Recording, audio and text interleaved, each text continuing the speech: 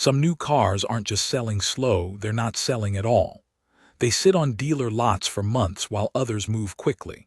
In this video, it starts with cars buyers are skipping and gets worse as the list goes on. By the end, there's one model dealers can't get rid of, no matter what they try. At number 5 is the Jeep Grand Cherokee. On paper, it checks a lot of boxes: updated design, modern interior, strong branding. But on dealer lots, the story looks different. These units tend to sit longer than expected, and it usually comes down to a mix of pricing and buyer hesitation rather than just one single issue. One thing that keeps coming up is value perception.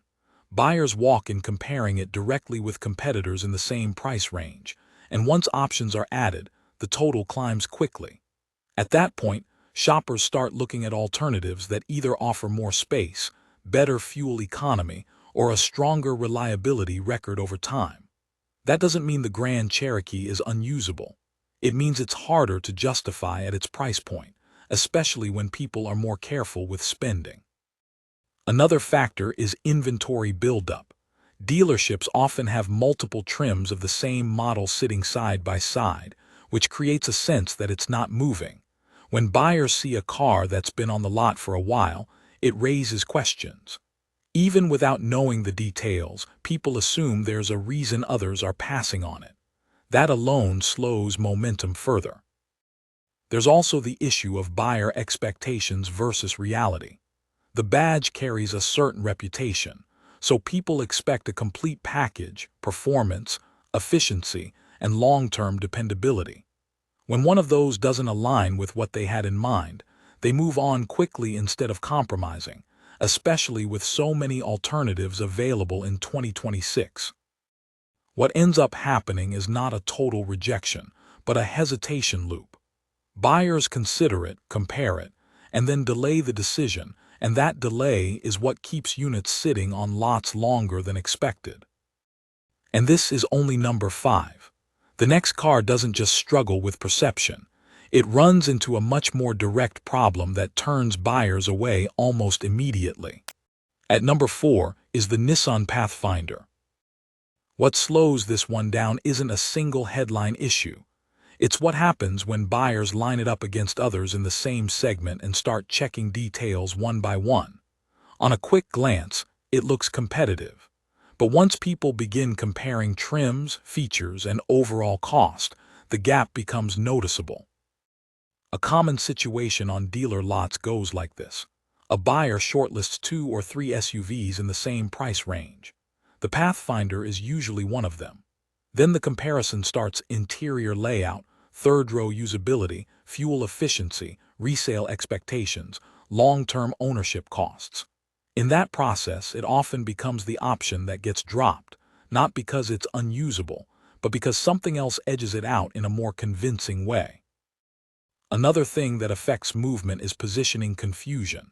It sits in a crowded middle ground, not the cheapest, not the most premium, not the most efficient, not the most powerful. That makes it harder for buyers to clearly justify choosing it over alternatives that dominate at least one category. When a car doesn't clearly win somewhere, decisions get delayed, and delayed decisions usually turn into lost sales. You'll also notice that inventory tends to stay visible for longer periods, especially in higher trims. When multiple similar units remain on the lot, it signals slow turnover, even to casual buyers. That perception alone can push people to look elsewhere, especially when spending this much money. So instead of immediate rejection, it faces something more damaging: indecision. Buyers consider it, compare it, and then move on to something that feels like a clearer choice. And this is still early on the list. At number 3 is the Mitsubishi Outlander. Look at how these are actually listed on dealer sites. A lot of them come with price adjustments, added incentives, or bundled deals right out of the gate. That's not random. It's a signal. When a model needs help moving from day one, it usually means demand isn't matching supply. With the Outlander, the pressure shows up in how it's packaged.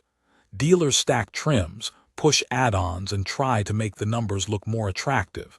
But even then, it doesn't create urgency. Instead of buyers rushing in, it turns into a waiting game where people hold off, expecting better deals later.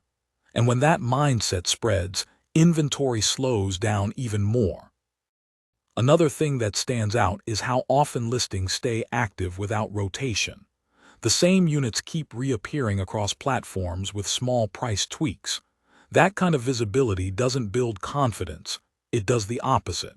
It makes buyers pause and question why it hasn't moved yet, even after discounts. There's also a mismatch between what it offers and what buyers are prioritizing right now. In 2026, people are paying closer attention to efficiency, long-term costs, and overall value. When a vehicle doesn't clearly stand out in those areas, even small doubts become enough to delay a purchase. And delayed decisions are exactly what keep cars sitting. So what's happening here isn't about one major flaw. It's a cycle. Incentives lead to waiting, waiting leads to slower movement, and slower movement leads to more incentives. That loop is what keeps the Outlander on dealer lots longer than expected. The next SUV doesn't struggle because of pricing. It slows down for a completely different reason tied to how these vehicles are supplied and how long buyers take to make a decision. Number 2 is the Volkswagen ID.4. What makes this one different is how it shows up on dealer lots in the first place. These aren't brought in slowly based on demand. They often arrive in larger batches, which means supply builds up immediately. When that happens, there's no pressure for quick movement because there are always more units available. It stops feeling limited, and anything that doesn't feel limited loses urgency fast. Another thing affecting it in 2026 is how the market treats electric SUVs now compared to a few years ago. Interest hasn't disappeared, but the decision process has changed. It takes longer, involves more consideration, and that slows down how quickly these actually move. It's not about pricing or features at that point, it's about how long it takes someone to commit. You can also see it in listings. The same vehicle appears again and again with very small changes, sometimes just a slight price drop or a different description, but it stays active. When something stays visible for that long without disappearing, it signals that it isn't moving quickly, and that affects how people react to it without anyone needing to explain why. So instead of a direct flaw, what holds this one back is a lack of urgency from the start, combined with a slower decision cycle that keeps stretching out. When supply is already high and decisions take longer, the result is simple. It doesn't clear out quickly and ends up sitting longer than expected. And the final one in this list is something that almost everyone recognizes instantly. Not because it is rare, but because it is everywhere, sitting on lots, waiting longer than expected. Number 5 and the last SUV is the Jeep Wrangler. This SUV has a strong image, off-road looks, boxy shape, removable doors, and that classic rugged design that people always talk about. But in 2026, the situation is not as simple as it used to be. Many showrooms are seeing Wranglers sitting longer than normal. And the main reason is not because it got worse, but because the market changed. Fuel prices are higher, and daily driving comfort matters more now than before. And this is where the Wrangler starts losing casual buyers. On paper, it still sounds perfect: strong engine options, real off-road ability, and high resale reputation. But in real-life use, it is not the easiest SUV to live with every day. The ride is stiff on normal roads, wind noise is noticeable at higher speed, and fuel economy is not friendly for daily commuting. So many buyers who once dreamed about it end up choosing something more practical instead, like softer SUVs with better mileage and quieter cabins. Another reason it stays longer on lots is simple demand shift. Wrangler used to be a must-have lifestyle SUV. Now it is more of a specific use vehicle. Only people who really go off-road, or want that exact design still pick it quickly. Everyone else hesitates, compares, and often walks away. So even though it still has strong branding and loyal fans, the overall buying speed has slowed down. And that is exactly why it fits in this list. Not because it failed, but because it is no longer an easy sell like before. It sits, waits, and slowly moves compared to how fast it used to disappear from dealerships.